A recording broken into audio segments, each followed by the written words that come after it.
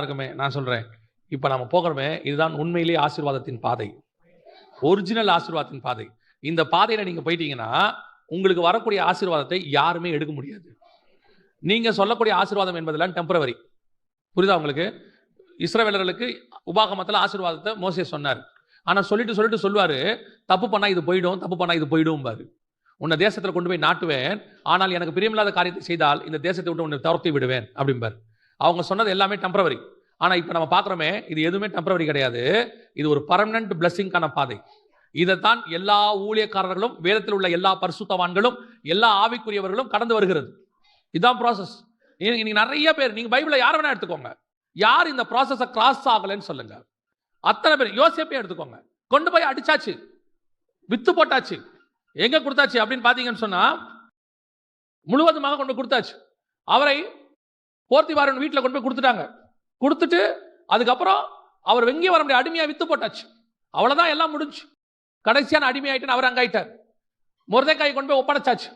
தானியேலை கொண்டு போய் சங்கிலியில கட்டி கொண்டு போயாச்சு. இயேசுவை கொண்டு போய் ஆணி அடிச்சாச்சு. அப்போஸ்தலரை கொண்டு போய் ஜெயில போட்டாச்சு. யாரும் செய்யல, எல்லாருக்கும் இதான் ப்ராசஸ். ஆனால் இது ஒரு குறிப்பிட்ட காலகட்டம் இருக்கும். நான் வெறும் பிசிக்கலி சொல்லல, ஸ்பிரிச்சுவலி, உங்க மென்டலி. எத்தனை பெண்கள் சகோதரிமார்கள் கல்யாணம் பண்ணி இந்த ஸ்பிரிச்சுவல் வாழ்க்கை நிமித்தமா அவங்க அடைகிற டிப்ரெஷன், அவங்க அடைகிற டென்ஷன், ஆணி அறையப்பட்ட அனுபவம், எந்த பக்கமும் போக முடியாது. 2 குழந்தை வேற வந்துடும் இதுக்கு நடுவில். குழந்தைகளையும் விட்டுட்டு போக முடியாது. இந்த பக்கம் போனா பைபிள் படி ஒன்றும் செய்யவும் முடியாது. இந்த பக்கம் போனா குடும்ப பிரச்சனை. எல்லாத்தையும் பார்த்துட்டு இதுக்கு விடிவே இல்லையான்னு ஆண்டவர் பார்த்துட்டே இருப்பாரு. நான் ஏன் உன்னை பிடிச்சி கொடுத்துருக்கேன் தெரியுமா? இந்த மாதிரி சூழ்நிலையில உனக்குள்ள சில ஷார்ப் கார்னர்ஸ் இருந்துச்சு பாரு. அடுத்தவங்களை குத்துகிற தன்மை, உனக்குள்ளே மாற வேண்டிய மாம்சம், சாக வேண்டிய மாம்சம் எவ்வளவு இருந்துச்சு. எத்தனை பேரை காயப்படுத்தி இருக்கிறோம், எத்தனை பேரை வேதனைப்படுத்தி இருக்கிறோம். நான் அப்படித்தான் மாற மாட்டேன். சிலர்லாம் சொல்லுவாங்க, நான் அப்படித்தான், இதான் என் டிசைன், இந்த மாதிரி மாற மாட்டேன். ஆண்டவர் சொல்வார், நீ மாறுவ. ஏன் மாற வைப்ப? 3 ஆணி அடிச்சு தொங்க விடுவோம். இந்த பக்கமும் அந்த பக்கமும் போக முடியாது. இல்ல, நான் சொல்றேன், அது ஆணுக்கும் பொருந்தும், பெண்ணுக்கும் பொருந்தும், சகோதரனுக்கு பொருந்தும், சகோதரிக்கும் பொருந்தும். இப்போ சொல்றேன், கர்த்தர் விரும்புகிற பரிசுத்தம் அடையாத வரைக்கும் உயிர்த்தெழுதலில் பங்கடைய முடியாது.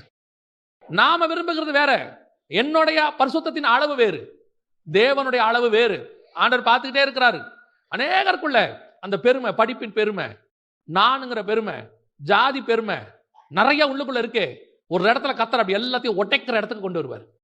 அப்படியே ஆப்போசிட் ஆக்குவார். சூழ்நிலை அப்படியே ஆப்போசிட்டா இருக்கும். எனக்கு ஏன் ஆண்டவரே, நான் எப்படிப்பட்ட ஆள் தெரியுமா? ஆண்டவர் சொல்றார், அதுக்கு தான். நீ எப்படிப்பட்ட ஆள்னு எனக்கு தெரியும், அதுக்கு தான் உன்னை மாத்தி என் சாயலாய் மாத்தணும்.